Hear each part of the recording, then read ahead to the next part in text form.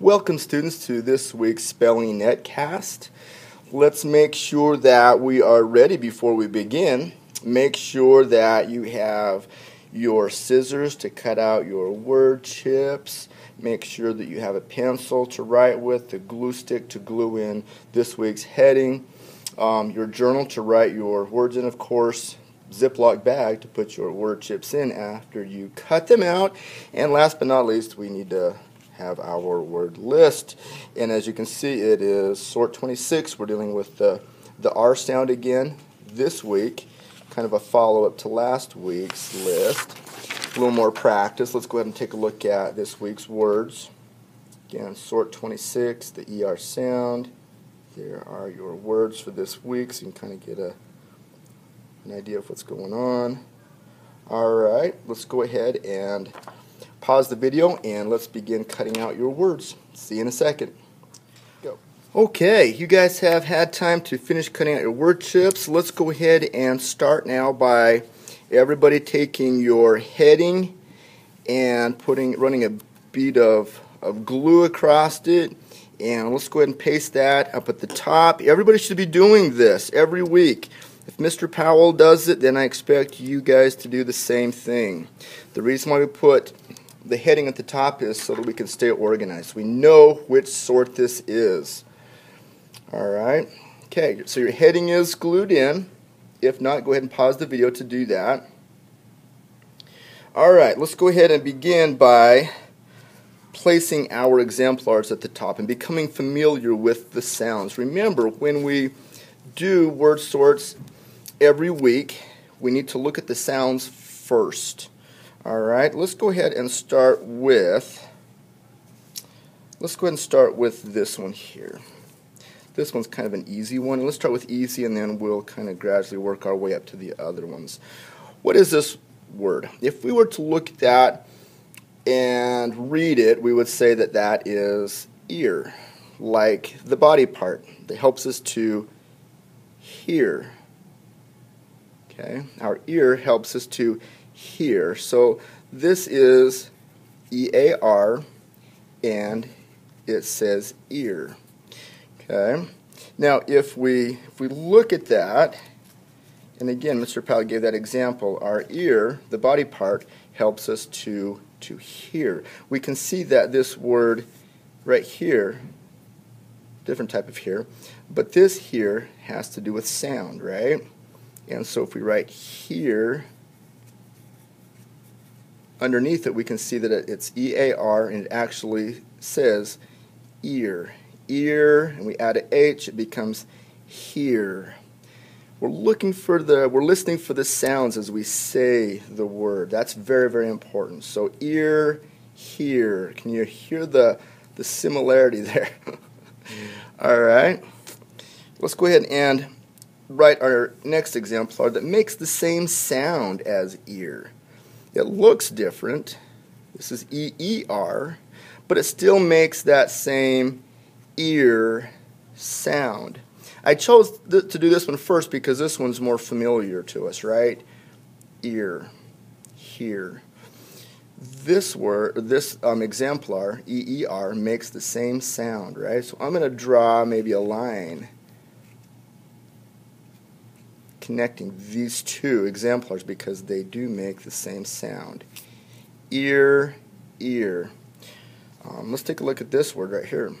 It clearly has the EER with the D in front of it, so D, E, E, R. Let's say the word. Deer, deer. It sounds like ear and hear, but it has the EER. So again, two exemplars that make the same sound. And we know that this DEER is the animal, right? So maybe I can write dash and then animal right next to it. Okay. So let's take a look at our next exemplar, and because I wrote a definition here, I might need to put a little bit of space and put ER over here a little bit. Okay, but this sound does not make the same sound as ear and ear. This is It's ER, but it makes more of a sound. So I'm going to put that up above, maybe in parentheses, so that I know that it makes a different sound than ear and ear. This makes the what? The sound. Everybody say Okay, so words that have the ER are going to make the sound. For example, let's take a look at a word that will fit under this exemplar. It's her, H-E-R. Everybody say her. Her, her. Has the ER exemplar, but it makes the UR sound. Her. Okay. All right, let's go ahead and look at our next exemplar. This is the exemplar EAR. Now this is a little tricky because it has the EAR. It looks exactly the same as this one, and it is the same, but these words are going to make the UR sound just like this ER exemplar. All right, let's see if we can't come up with a word that will help you to understand that a little better. This is a good one. H-E-A-R-D. Okay, the word is heard. Everybody say heard. Heard. Now this heard is like, I heard the great news yesterday. So this involves listening, right, in your ears. You listen to somebody say something that was great news. Okay, so this is involving sound and being able to pick up sound with your ears, that type of thing. And it's past tense. Okay, I heard the great news yesterday. All right. So when you say it, you're going to hear that heard, heard. Can you guys say that and practice that? That's important.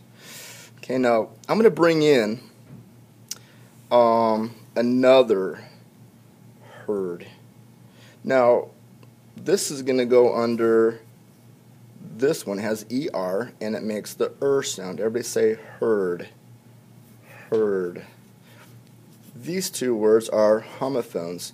They sound exactly the same, but they have different meanings. Okay? This is like a herd of sheep. A group of sheep, we call them a herd, or a herd of cattle. Okay? Herd. So again, we've got to be aware of these homophones so we know how to spell them correctly. So this heard is sound.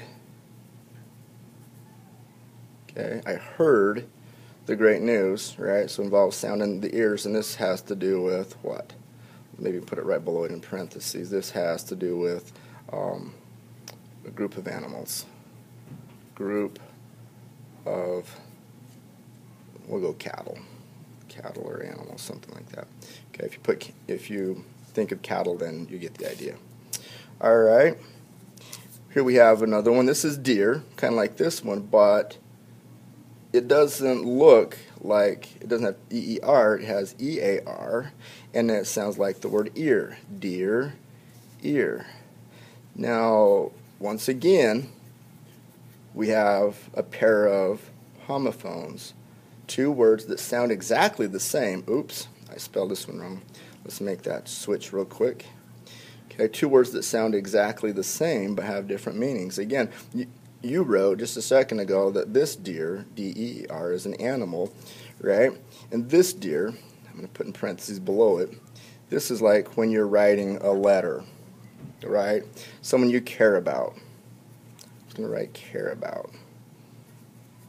Person you care about, or something that you care about. It's not necessarily a person, but most of the time we consider, someone dear is someone that we care about. So we'll write that down below it. So again, sound the same, different meanings. EER, animal. EAR with the D in front of it is someone you care about.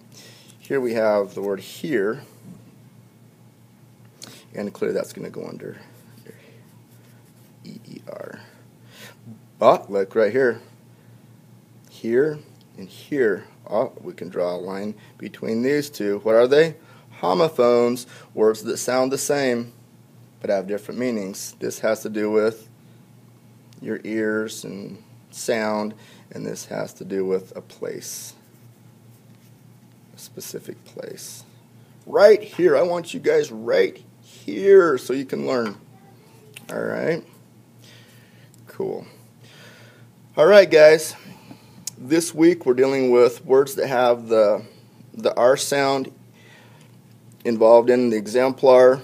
Again, these two sound the same. These two sound the same, so we can draw lines between these two exemplars. Ear, And again, this week, just like last, it's a little tricky because we have to deal with homophones, words that sound the same, heard, but have different meanings. Sound versus a group of cattle or a bunch of cattle. And hear, sound, this involves a place, a specific place. And then here we have two words that sound the same. Again, they're homophones. Deer and deer. Okay, one thing that we overlooked and we can't forget is our oddball. So maybe we can put the oddball off to the side here.